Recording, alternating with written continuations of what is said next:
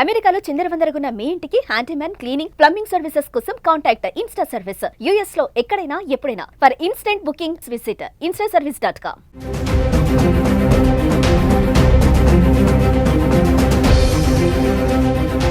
నమస్తే, welcome back to Suman TV. ప్రస్తుతం మనతో పాటు ఉన్నారు consumers affairs committee chairman Mandadi Krishnareddy గారు. నమస్తే సార్. నమస్తే అమ్మా. సార్, మరి ట్రంప్ హవా మనం మాట్లాడుకున్నాం చాలా వీడియోస్లో. ఎక్కడికక్కడికి అలర్ట్ చేస్తున్నాడు, ఎక్కడ వీసాలు రద్దు చేసేస్తున్నాడు. ఇప్పుడు కొత్తగా ఏంటంటే మీ కారుకి కనుక కార్ పార్కింగ్ టికెట్ వచ్చిందా మీ వీసా గోవిందా అంటున్నాడు. మరి ఏంటి సార్ అసలు, అంటే ఎందుకు ఇంత అలా అష్టదిగ్బంధం అన్నట్టుగా అందరినీ కూడా ఇబ్బంది పెడుతున్నాడు ట్రంప్ యాటిట్యూడ్ అంతే అంటారా, లేదంటే కొత్త రోజుకు ఒక రూల్ తీసుకురావడం, రోజుకు ఒక నిర్ణయం తీసుకురావడం? మరి ఇప్పుడు ఈ కార్ పార్కింగ్ వీసాలే రద్దు అంటున్నాడు, F1 వీసా కూడా రద్దు చేసేస్తున్నాడు. దీన్ని ఎలా చూడొచ్చు అంటారు? ఒకటే, ఇప్పుడు ట్రంప్ తీసుకున్న విధానంలో వీలైనంత వరకు విదేశాల నుంచి వచ్చినటువంటి వాళ్ళని వదిలించుకోవాలి ఇల్లీగల్ అనేది పెద్దగా పెట్టుకున్నాడు. ఎందుకంటే అతను ఎలక్షన్లో ఇచ్చిన వాగ్దానంలో నేను మ్యాక్సిమం పీపుల్కి మన వాళ్లకు ఉద్యోగాలు కల్పించే ప్రయత్నం చేస్తాను, ఇతర దేశాల నుంచి వచ్చి ఇక్కడ బ్రతకడానికి వచ్చిన వాళ్ళకన్నా ఈ దేశానికి మేలు చేసేవాళ్ళు, ఈ దేశానికి వాళ్ళ నుంచి మనకు ఆర్థిక సహకారం దొరకాలి, వాళ్ళ వల్ల మనం ఆర్థికంగా లాభపడాలి. అంతేగాని ఈ దేశాన్నిలో డబ్బు తీసుకెళ్ళి వాళ్ళ దేశానికి తీసుకెళ్లాలనుకున్న వాళ్ళు, ఈ దేశంలో సంపాదించుకుని పోవాలనుకున్న వాళ్ళు, బ్రతకడానికి మాత్రమే ధ్యేయంగా వచ్చినటువంటి వాళ్ళని మనం వదిలించుకోవాలనేది వాళ్ళ లక్ష్యం. దీంట్లో భాగంగానే రకరకాల వీసాలు రద్దు చేయడం కానీ, రకరకాల కార్యక్రమాలు చేయడం కానీ, ఆల్రెడీ గ్రీన్ కార్డు ఉన్న వాళ్ళని కూడా తీసేసే పరిస్థితి ఏర్పడటం కానీ, తర్వాత ఇప్పుడు ప్రత్యేకంగా గోల్డ్ కార్డుని పెట్టేసేసి కొత్త వీసాలను ప్రోత్సహించడం కానీ, ఇవన్నీ కూడా దాంట్లో ఒక భాగంగా జరుగుతున్నాయి. గోల్డ్ కార్డు వల్ల వెళ్ళాలంటే 47 కోట్లు 50 కోట్లు వాల్యూ చేసేటువంటి ఒక మనిషి డబ్బు ఇచ్చి అంతగా 50 కోట్లు కట్టి ఎవడు పోతాడు?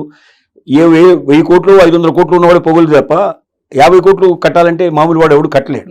50 కోట్లు కట్టగలిగేవాడు అవసరమైతే ఒక 500 కోట్లు ఇక్కడ ఇన్వెస్ట్ చేస్తాడు అనే నమ్మకం వాడిది. అంటే 50 కోట్లు డైరెక్ట్గా లాభం వస్తుంది, అలాగే 500 కోట్లు ఇండైరెక్ట్గా ఈ దేశానికి మేలు చేసే అవకాశాలు ఉంటాయి. ఇక్కడ ఇండస్ట్రీస్ పెడతారు, ఇక్కడ ఉద్యోగ అవకాశాలు కల్పిస్తారు, వాళ్ళు ఎదుగుతారు, మనల్ని ఎదగదీస్తారు, మనకు గొప్ప చేస్తారనే ఉద్దేశంతో దీని వెనక బ్యాక్గ్రౌండ్ అంతా తయారైంది. ఇప్పుడు విద్యార్థులు వదిలించుకోవడం ఎలా? ఎందుకంటే 3 ఏళ్ళు 4 ఏళ్ళు వీళ్ళు 3 ఏళ్లకు చదువు కోసం పోయిన వాళ్ళు 3 ఇయర్స్కి వీసా వచ్చింది కాబట్టి, F1 వీసా వచ్చింది కాబట్టి వీళ్ళ మధ్యలో వదిలించుకోవడం చాలా కష్టం. కాబట్టి ఇప్పుడు ఏదో ఒక కారణాలు చెప్పి నెపంతో వాళ్ళని బయటకు నెట్టాలి.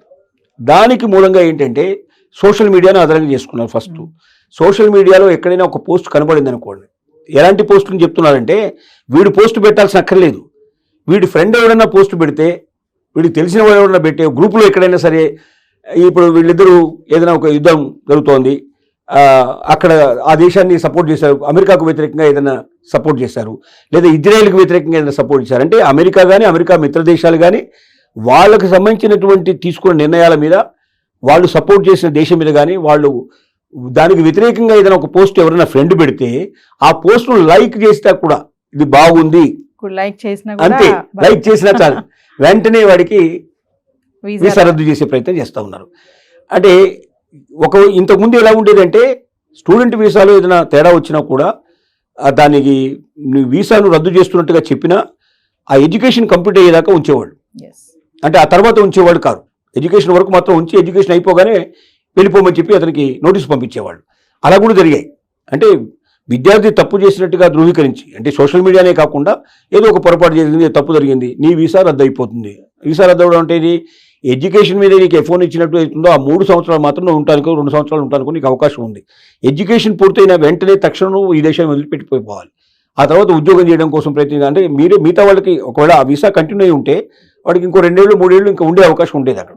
ఈ లోపల వేరే ఉద్యోగం వెతుక్కోవడం కానీ, లేదా వేరే ఇంకా హైయర్ ఎడ్యుకేషన్ గురించి వెళ్ళడం కానీ అట్లాంటి పాసిబిలిటీస్ ఉండేవి. ఇప్పుడు అలా లేకుండా చేశారు. అంటే ఒకవేళ ఏదైనా ఒక స్టూడెంట్ మీద F1 వీసా రద్దు అయితే ఆ మనిషికి అక్కడ ఎడ్యుకేషనే కంప్లీట్ చేయకుండా మధ్యలోనే వెళ్ళిపోవాల్సిన పరిస్థితి కల్పించారు. అంటే ఆ రిలాక్సేషన్ తీసేశారు. ఇంకోటి కార్ పార్కింగ్ టికెట్, అంటే రాంగ్ కార్ పార్కింగ్ చేస్తే అక్కడ టికెట్ ఇస్తారు. టికెట్ అంటే దాని అమౌంట్ ఇంత వేసేస్తారు దాని మీద. మన దగ్గర లాగా చాలా పంపించి ఎంత చేసే సిస్టమ్ ఉండదు అక్కడ. మీరు మామూలుగా మనం రెడ్ లైట్ సిగ్నల్స్ పడుతుంటాయి, మనం సిగ్నల్ క్రాస్ చేసినట్టు ఎవరైనా చేస్తే మన దగ్గర ఏం చేస్తారు, సిగ్నల్ క్రాస్ చేస్తుంటే అంటే వాడికి ఒక ఫోటో కొట్టేసి ఆ ఫోటో తీసి పెట్టి మనకు తర్వాత పంపిస్తారు, చాలాని పంపిస్తారు. ఆ చాలాని కూడా సంవత్సరానికి ఒకసారి సగానికి సగం రేటు తీసేస్తారు, ఆ తర్వాత ఎవడో మనం కట్టుకుంటాం. ఇవన్నీ మామూలుగా జరిగే విషయాలు. అక్కడ అలా ఉండదు. వాడు ఏదైనా ట్రాఫిక్ పొరపాటు చేస్తే తక్షణమే అన్ని సీసీ కెమెరాలు ఉంటాయి. సీసీ కెమెరా వెంటనే దాని ఫోటో తీసేస్తుంది. ఫోటో తీయడమే కాకుండా దాన్ని కరెక్ట్గా డిపార్ట్మెంట్కి వెళ్ళిపోతుంది. ఇవన్నీ క్షణాల్లో దొరుకుతాయి. వెంటనే దాని మీద ఎంత ఫైన్ వేయాలో అంత ఫైన్ వేసేస్తారు. వాడి అకౌంట్లోకి వెళ్ళిపోతుంది. అకౌంట్ నుంచి డబ్బు కూడా కట్ అయిపోతుంది. ఇంతకి ఏం సంబంధం లేదు. అది అంత ఫాస్ట్గా ఉంటుంది అక్కడ సిస్టమ్. ఎవరు పెద్ద ఇది ఎవరు ట్రాఫిక్ పోలీసులు పోయేవారు ఎవరు బాధపడాల్సిన అవసరం. ట్రాఫిక్ పోలీసు చాలా తక్కువ, వాళ్ళకు ఉండేది చాలా నామినంగా ఉంటుంది తప్ప పెద్ద ట్రాఫిక్ పోలీస్ మీద ఎక్కువ వాళ్ళు వ్యయం చేయడానికి ఏం సిద్ధపడరు. అంతా ఆధునిక టెక్నాలజీని వాడతారు కంప్లీట్గా. ఈ టెక్నాలజీ కూడా దొరుకుతుంది.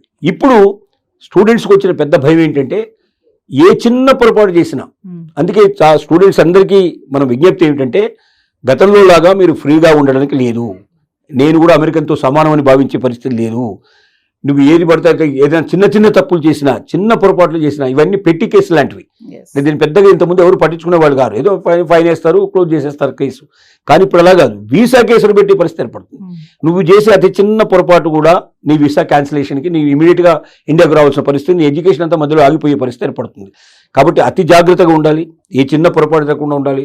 రెండోది సోషల్ మీడియా లోపల ఇంకోటి మెయిల్స్ ఉన్నాయి.